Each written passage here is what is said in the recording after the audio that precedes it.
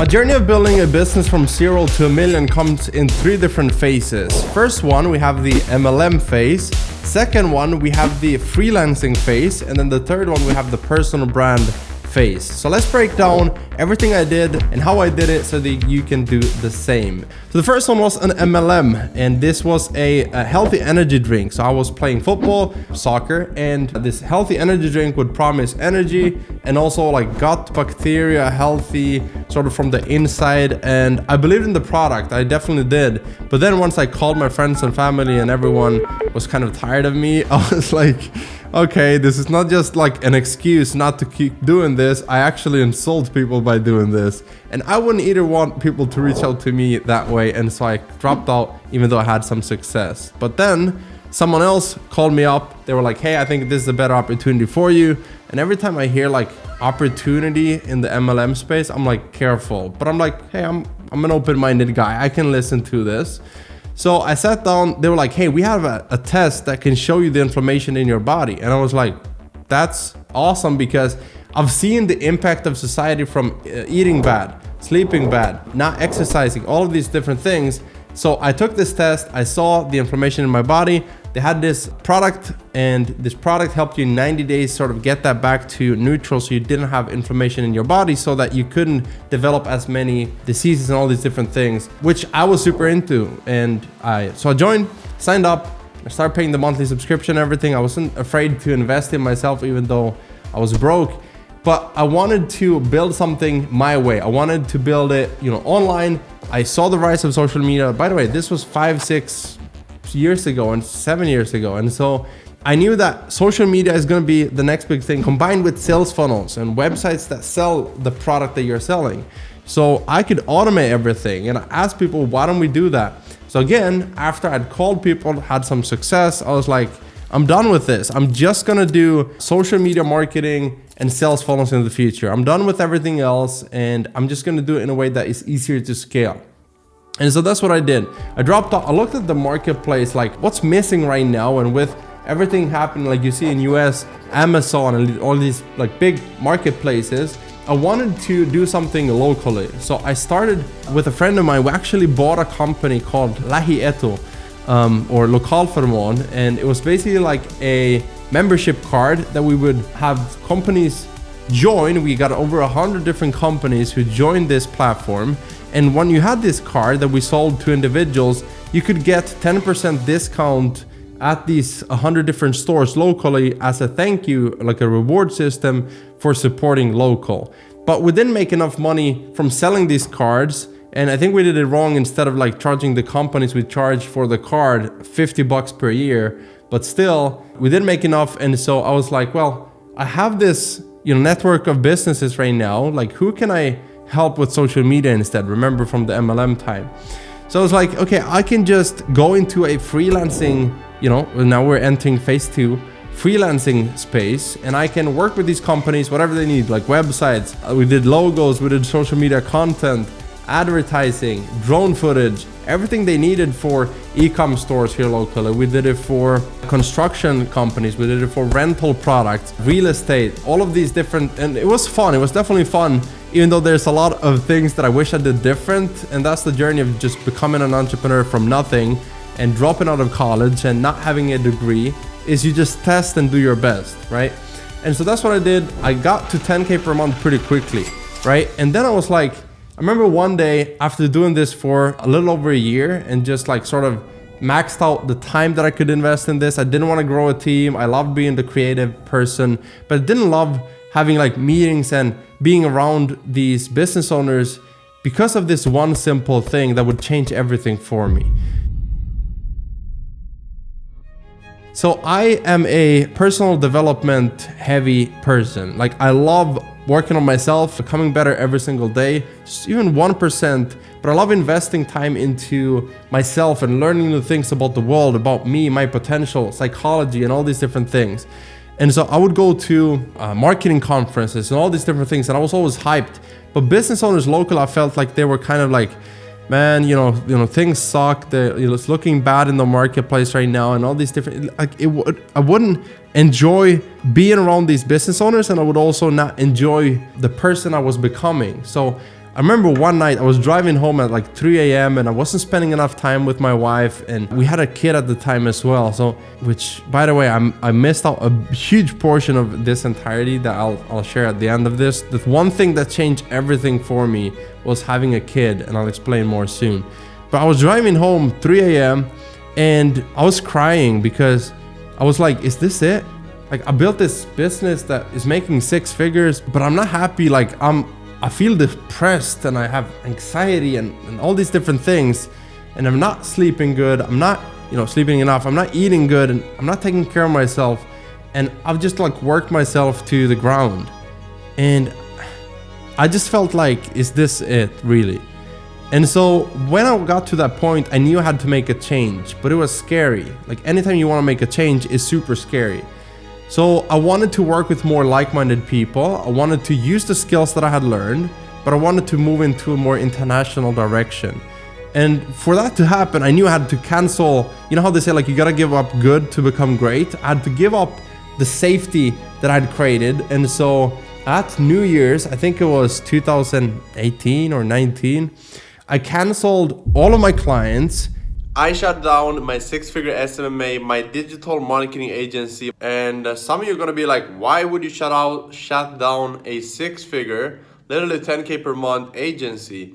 Maybe it's hard to understand if you're just starting out, but somebody who's been in this industry for a while, once you start making money, it's not about the money anymore. Now it becomes more important that you actually enjoy working with what you're working with and enjoy working with who you're working with. And I feel really good. I feel free. So I saw this ad from Russell Brunson, his book. It was .com Secrets or Expert Secrets. And I read it and I was like, this is it. This is what I've been talking about. Local business, when we did marketing, we couldn't track the conversions and split test different things. And as a geek focused on personal development and psychology, marketing goes hands in hand with that. So I focused on marketing and then conversions for business owners who, people like me, personal brands, experts, consultants. And so, worked with these people and I started building funnels for them. And I still remember there was this one competition that changed everything. And so I learned these funnel building skills. I had some, small clients here and there. And there was one competition where this guru, this expert, this huge personal brand, he was like one of the top, Clickfunnels people at the time. And he would do a competition for 3 people to become his funnel builder.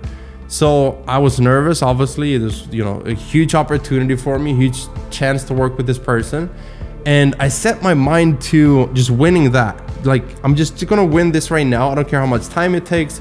This is the foundation, the launch pad for me to take over this funnel space. And so I sat down, I probably spent like 2 full days building this funnel. And I was like, I'm not really good at this whole funnel design thing yet, but I'm just gonna invest my resources, my time into it to becoming that person. And so I ended up winning. He announced like, hey, I wanna hire you full time for all these projects. And so he started paying me and then started referring me to other people. And that's how I sort of hacked my way into the big leagues. And so after that, I've been able to work with Russell Brunson, Graziosi, Tony Robbins, Kiyosaki, a lot of probably most of the biggest names in this space. And I don't say that to brag, I say that to show you what's possible, because I truly believe in the power of being dedicated, having patience, and doing something that is gonna be fruitful in the long term when most people tell you, oh, that's not possible. So now let's talk about, where we're at right now and what the future is after this. So I told you phase 2 is freelancing, phase 1 was MLM. Now let's talk about phase 3, the personal brand. So once I started building my personal brand and having these results of building funnels for other people, I started going on podcasts, and people would ask me, I would ask them as well when I saw someone who had a podcast, like, hey, you want me to come on and talk about getting clients and personal branding and all these different things. People start asking me as I grew my personal brand, like, how do you get clients? Like, how do you get them? Is it cold calling or is it cold emailing? Or like, what's the deal here? They couldn't understand how this someone who's a nobody from Finland, a small town, could just rise to the top of this small Clickfunnels community. I mean, small, it was 100,000 plus people in this community, but a small town, small kid, like a nobody. And I was like, well, I mean, they just send me a message and I talk to them and there's this there's this pattern of things that I ask. And they're like, okay, what are the questions you ask them? Well, first I asked them this thing and then this, and I started like listing out this checklist for people. And they're like, okay, like, so how do you build the funnel then?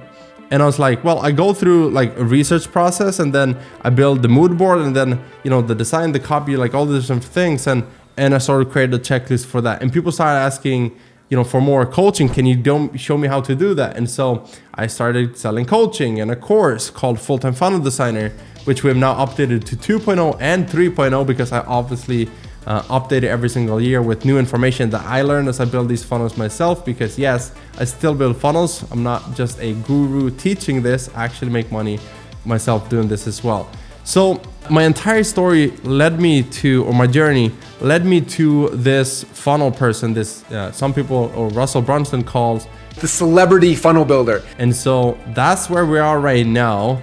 And we're on YouTube. We're growing at a slow pace, but we're staying dedicated to becoming and staying and cementing ourselves as the #1 platform and go-to place for all things funnel resources, online businesses, and all those different things. But I wanted to share this one thing that changed everything, that like I mentioned earlier. I used to live at a sports facility, a university, for becoming a football player. And I really wanted to become a professional soccer/football player.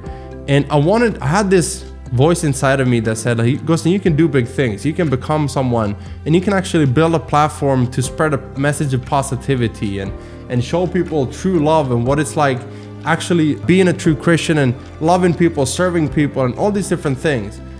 And I thought that football was that platform until I had to make a decision. So 6 a.m. on this regular work day, my wife comes into the room and wakes me up, and she's like, guess what? She's like, I'm pregnant. And I'm like, what? And now I'm wide awake. And she's like, I'm pregnant. And we had tried for probably 6 months, if I remember correctly. And now she was pregnant. And I had this like mix of like 50% fear and 50% just pure excitement, because I was like, I'm going to be a dad. But at the same time, I was like, how am I going to make money? Because at the time, I was working as a receptionist at the sports institute, the university. So it was like the sports and then the hotel and restaurant, all these different things. And so I was a receptionist working nighttime just to be able to, you know, buy some food for me and my wife.